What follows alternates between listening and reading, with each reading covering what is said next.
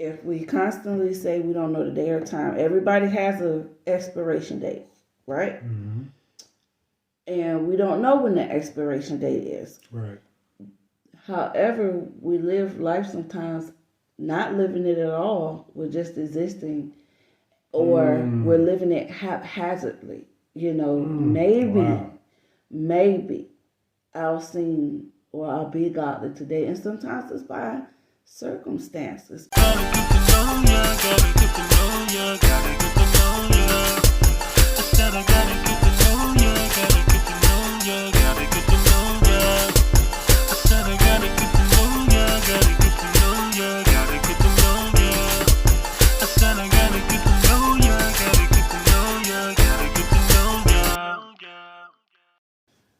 All right, good day, and belief all is well. It is Samuel and Aondrea. Hello, everyone. Hello. Listen, we're back because we want to continue to go through our book, which is entitled Image and Likeness, The Being of You. The Being of You. We want to dig into who we really are, you are, as a people, right? Before the fallen state, before post-fall. We're speaking to pre-fall. So we're speaking to everything that was originally intended for mankind. And that's what this book is all about. 52 weeks of the being of you pre-fall, the being in the kingdom state in its purest form. And so that's what we want to expound on. We actually have to piggyback because we have to actually go through weeks 4 and 5. And so we're going to have a part 1 and a part 2 because we took a week or 2 off. And so we're back at it. We want to definitely get this message across to whomever it's supposed to be for. And so let's continue. So my wife is going to head on, and she's going to speak to Birthright. That is week 4. And I love this chapter. I love it because the birthright is where it all starts. Yes. Right? Yes, absolutely. All right. Let's go. All right. So without further ado, we're going to dive into week 4, or you could call it chapter 4 of the book. Like he said, it's speaking to birthright. Do you know what that birthright is? What all does it mean? Okay, so how we kind of went about it, right? We were saying that over time, we as mankind have succumbed to an alternative knowledge of our birthrights, right? An altered form. Being born in modern conditions, that means today's time, the way we live, we're given a social security number, and from that point on, we are expected to bear the burden of falsified restrictions, barriers, and limitations.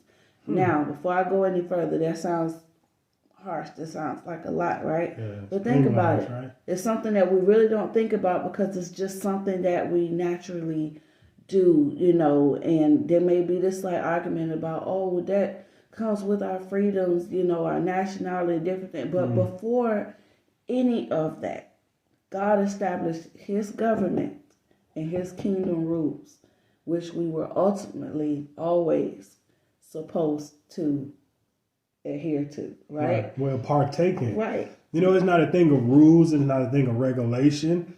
It's just when you're in a kingdom, when it's a reality. I'm not going to say just a kingdom mindset. I'm talking about, you're royal, right? You're going to take on a different approach. You're going to have a different posture. You're going to have a different, disposition about various things.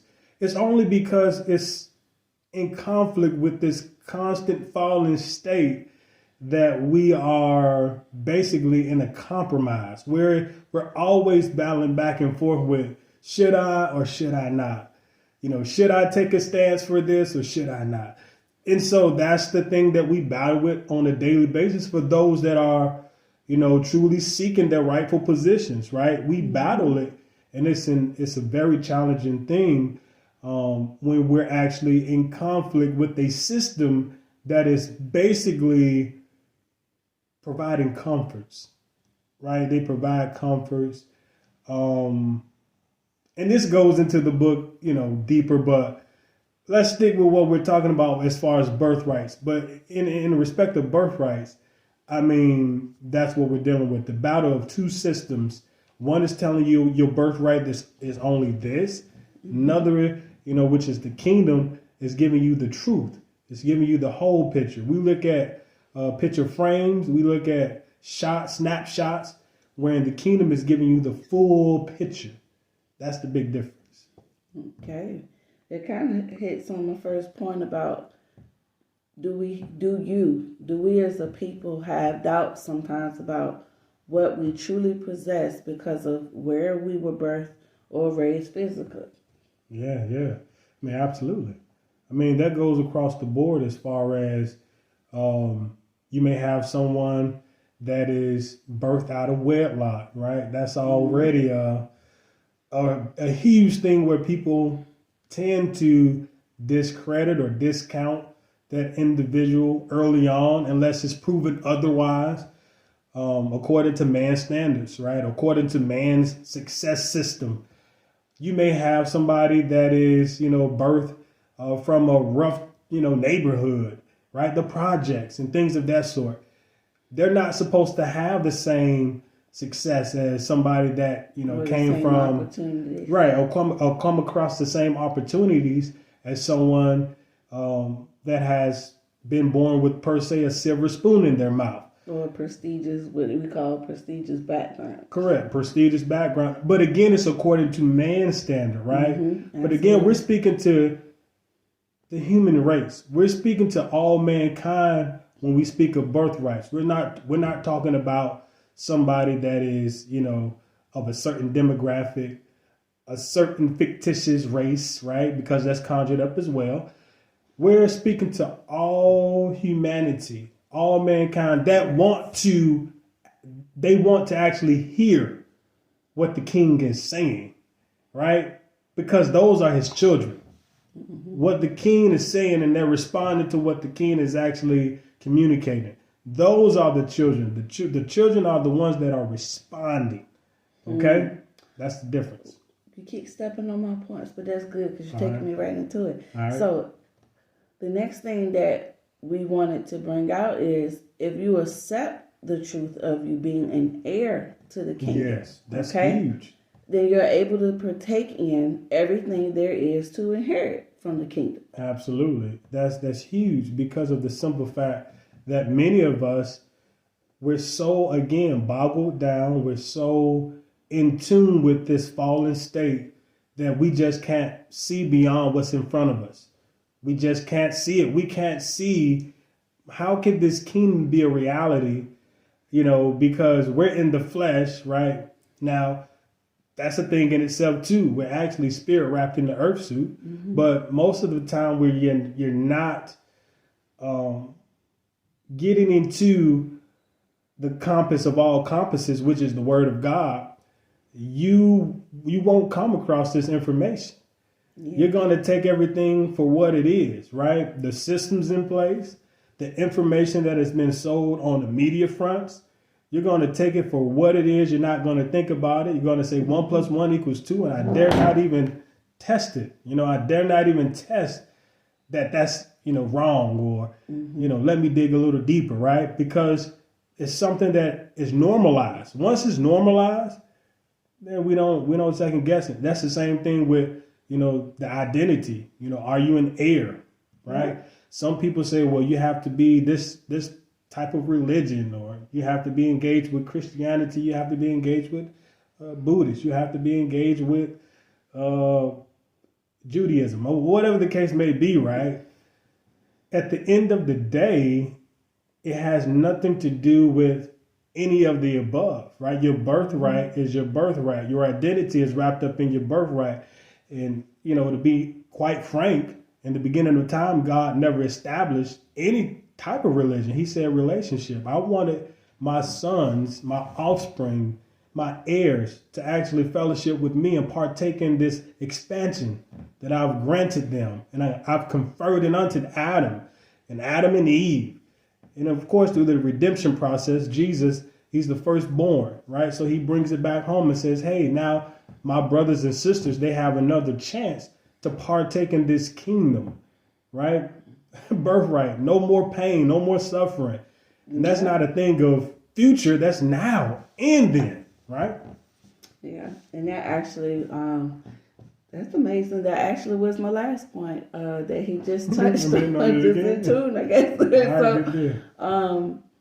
About knowing about this kingdom and what God deemed as law, things that we won't, when you look at it in the eternal perspective, because that's a large part of why we have the big blinding eye. Because once we look away from the eternal perspective, it's a whole different mindset, a scope, because I'm going to see if I can break it down real quick. If we constantly say we don't know the day or time, everybody has an expiration date, right? Mm-hmm. And we don't know when the expiration date is. Right. However, we live life sometimes not living it at all. We're just existing, or we're living it haphazardly. Maybe I'll sing or I'll be godly today. And sometimes it's by circumstances, because us knowing that we're a part of such this immaculate kingdom, and where we won't experience the things that we experience in the earthly realm, the pain and the death and things like that. It's especially when it comes to things, for example, like grief. Today is the anniversary, the passing of my mom. It's been 5 years. Does it feel like yesterday, moments ago? Of course it does. But we've had, and I've mentioned this before, several other deaths. I mean, right behind every year up until this year. Yeah, last portion of last year. It's pretty much been one or two every year since she's gone. And I mean immediate family members or loved ones. So these things are hitting hard.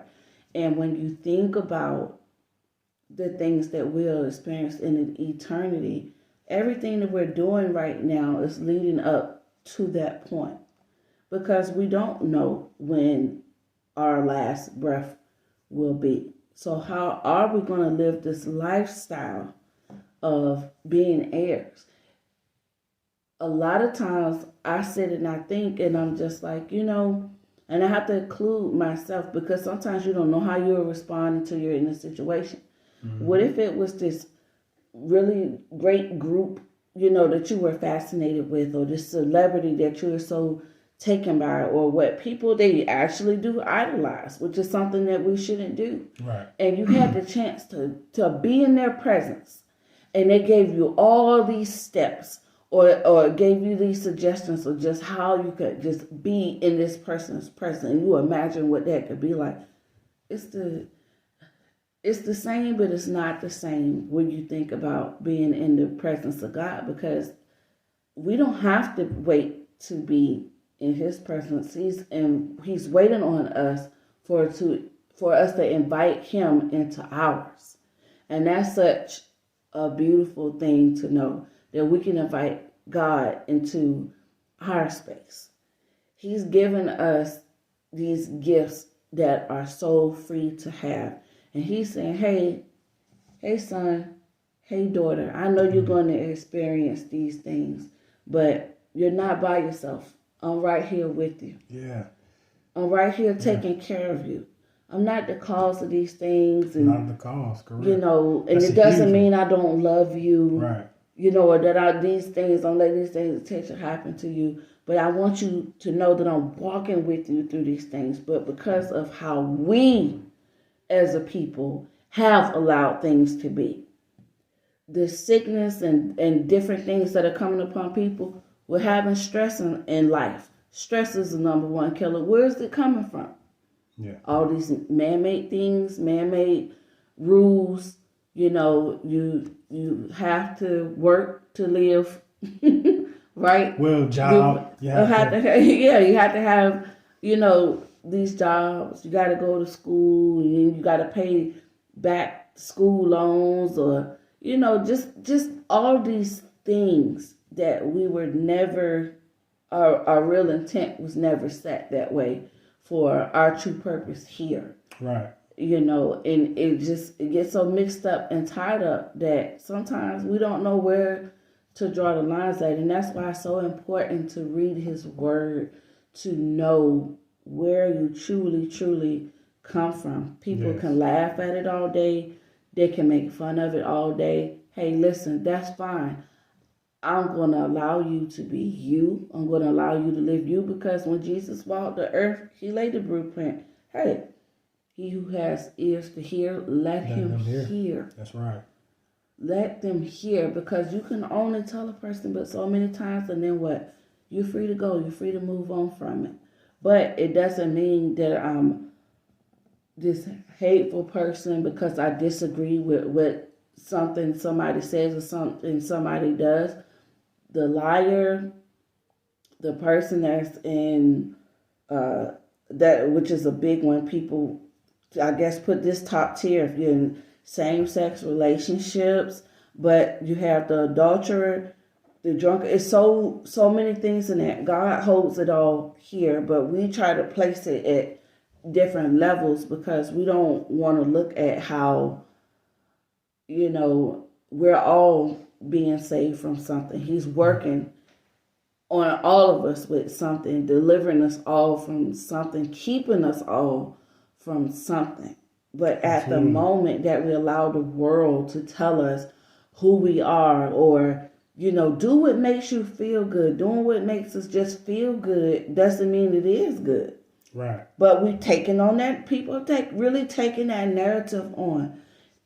It's killing people, young, old, middle age, because we're living life lawless. We're living it haphazardly. People are scared to say things because of whichever way it may go or how they're going to be viewed. It's no longer about pleasing an audience of one.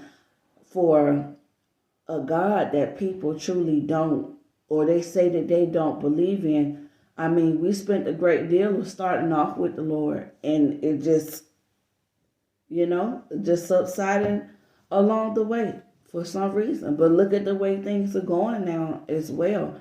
And we just don't want to face that truth, that lying spirit that wants to encompass the earth, that dirty, sneaky spirit that wants to have people believing you can just live how you want.